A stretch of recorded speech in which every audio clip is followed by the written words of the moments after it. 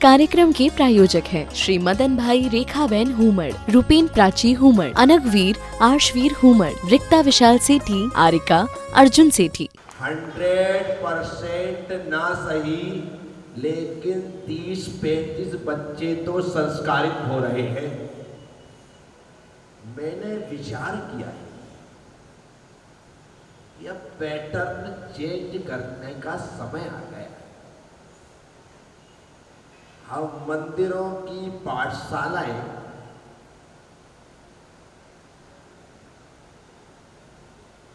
ज्यादा सक्सेस नहीं हो पा रहे।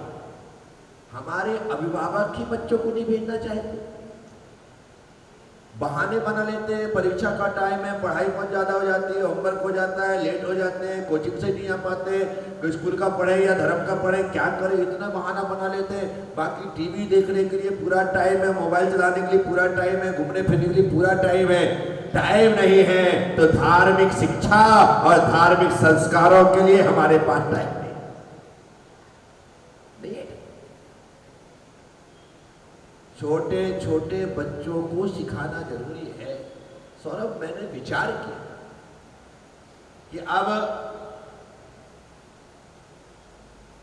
जो महिलाएं, जो पुरुष थोड़ी बहुत भी धर्म की और धर्म के संस्कारों की चिंता करती है, उन लोगों का ग्रुप बनाया जाना चाहिए। उदाहरण के तौर पर दुर्गापुरा में 10 महिलाएं तैयार हुई, उनको पहला, दूसरा, तीसरा, चौथा भाग बराबर आए, 6 डाला, सब उनको सिखा दिया जाए। नहीं आए तो किताब से पढ़ के। समय इतना चेंज हो गया है कि जैसे मैंने 2006 में एक प्रकल्प दिया था, घर घर पाठशाला, घर घर पाठशाला। अब उस प्रकल्प को मेरे मस्तिष्क में 20 साल बाद एक विचार आया कि क्यों ना ऐसे 5-10 महिलाओं का एक समूह बनाए, और बनाने के पश्चात अपने जो जैन परिवार हैं, जो बच्चे मंदिर की पाठशाला में आ रहे हैं, अब उनकी चिंता नहीं है। मैं इसलिए बोल रहा हूँ क्योंकि परसों जब मैं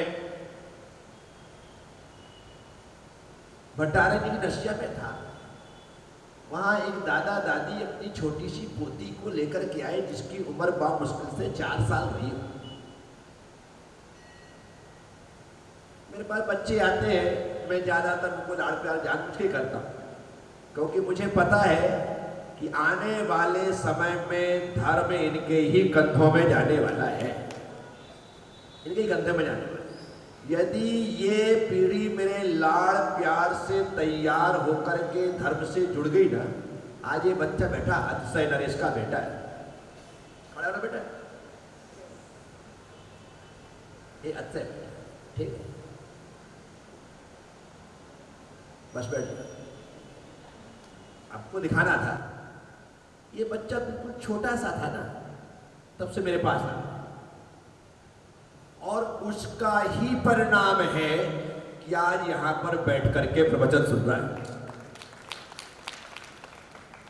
यहां पर, क्योंकि इसे मेरे प्रवचन भले समझ में नहीं आए, मैं समझ में आता।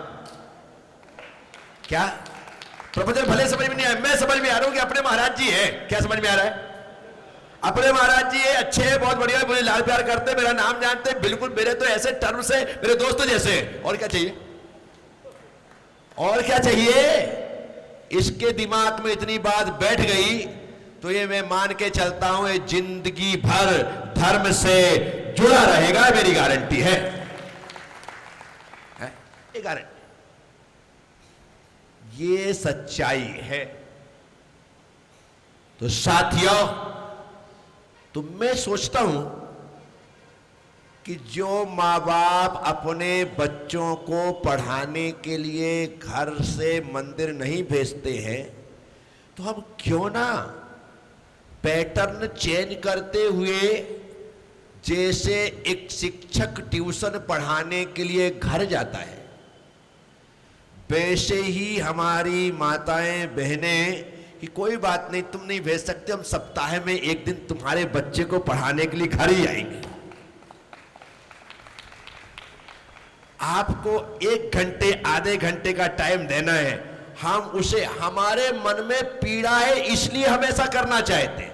उनके मन में ये भावना ही नहीं है कि हमारा बच्चा धर्म ध्यान करे, कुछ पढ़े, धार्मिक बने, लेकिन हम चाहते हैं। तो कोई बात नहीं, आपका एक बेटा है, एक बेटी है, हमारी ये महिला आपके घर में सोमवार के दिन शाम को आधा घंटे के लिए पढ़ाने के लिए आएगी और उसे हम सिखाएंगे। आप भी साथ में रहो तो अच्छी बात है। ये पैटर्न चेंज करना पड़ेगा, अन्यथा हम सोचते रहे कि मंदिर में सभी आ जाए तो 30-35 की संख्या तो नाम में दर्ज रहती है। आने वाले में कभी 18 ही आते हैं, कभी 20 ही आते हैं, कभी 15 ही आते हैं। यदि शाम के टाइम पर पानी गिर जाए रविवार को तो पता लगा 5 ही आए। बोलो ना हाँ या ना? हाँ, देखो मुझे मालूम क्यों, वो रविवार की पाठशाला है और रविवार को ही माँ बाप को बच्चों को लेके घूमने जाना है, उसी दिन जाना है। अब क्या करोगे आप? तो ऐसी स्थितियों में थोड़ा सा पैटर्न चेंज करना पड़ेगा।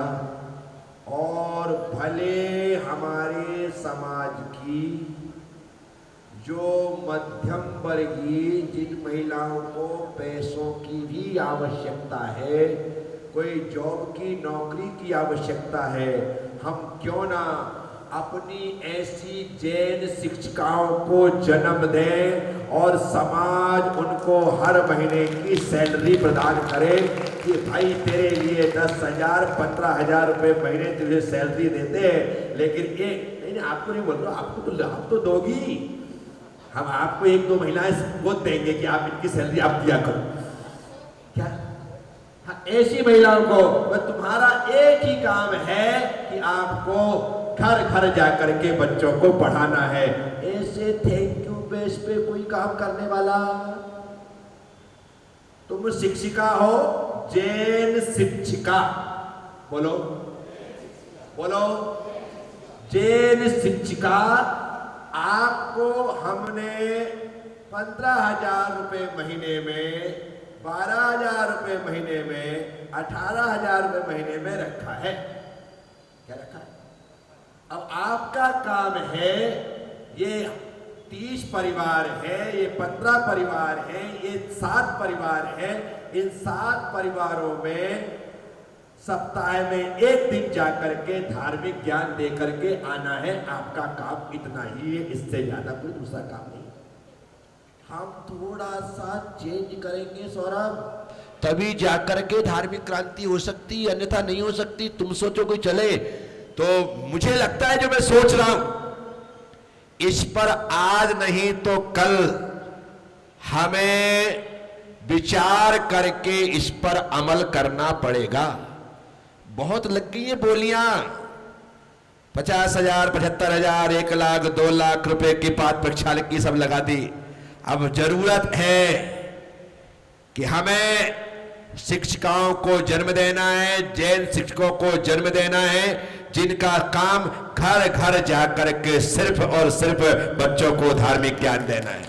घर घर जाकर के ज्ञान देंगे और 4 महीने में 1 दिन परीक्षा सभी बच्चों को सेंटर दुर्गापुरा बना करके यहां पर सबका एग्जाम लेंगे, काम खत्म हो गया। बोलो, ताली बजाने लायक बात है कि नहीं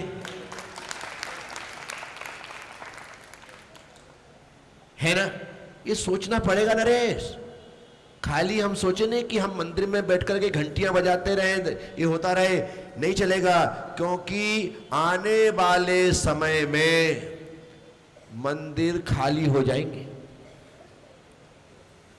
सही में, ये तो हम लोग जितने प्रयास कर रहे हैं और छोटे छोटे बच्चों को अपनी आंखों के सामने बड़ा होते हुए देख रहे हैं। कल सौरभ की बेटी शाम को दर्शन करने आई थी अपने एक फ्रेंड के साथ, है ना? क्यों आई भाई? क्यों आई?